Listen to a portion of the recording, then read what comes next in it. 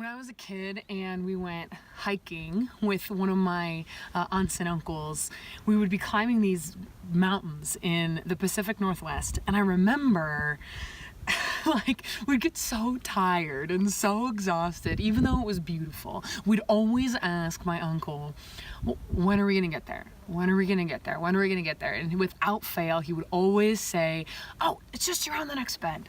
Just around the next bend, just around the next bend, every single time. It never was, obviously. Eventually, one bend was actually the final bend.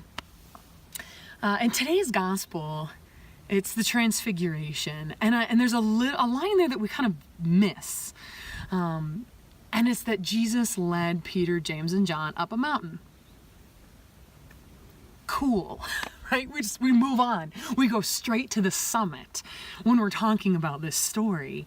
And we completely neglect the fact that it probably was an incredibly strenuous, frustrating, hot journey up this mountain.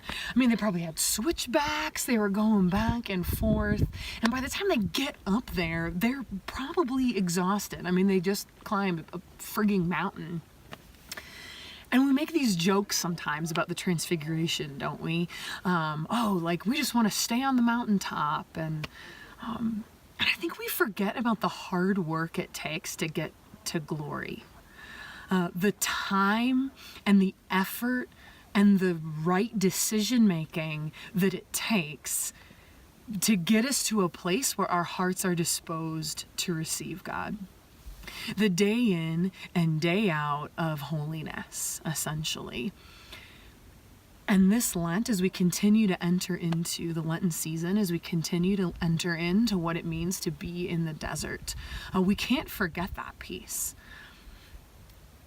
That as we journey towards the glory that awaits us at Easter, it takes work.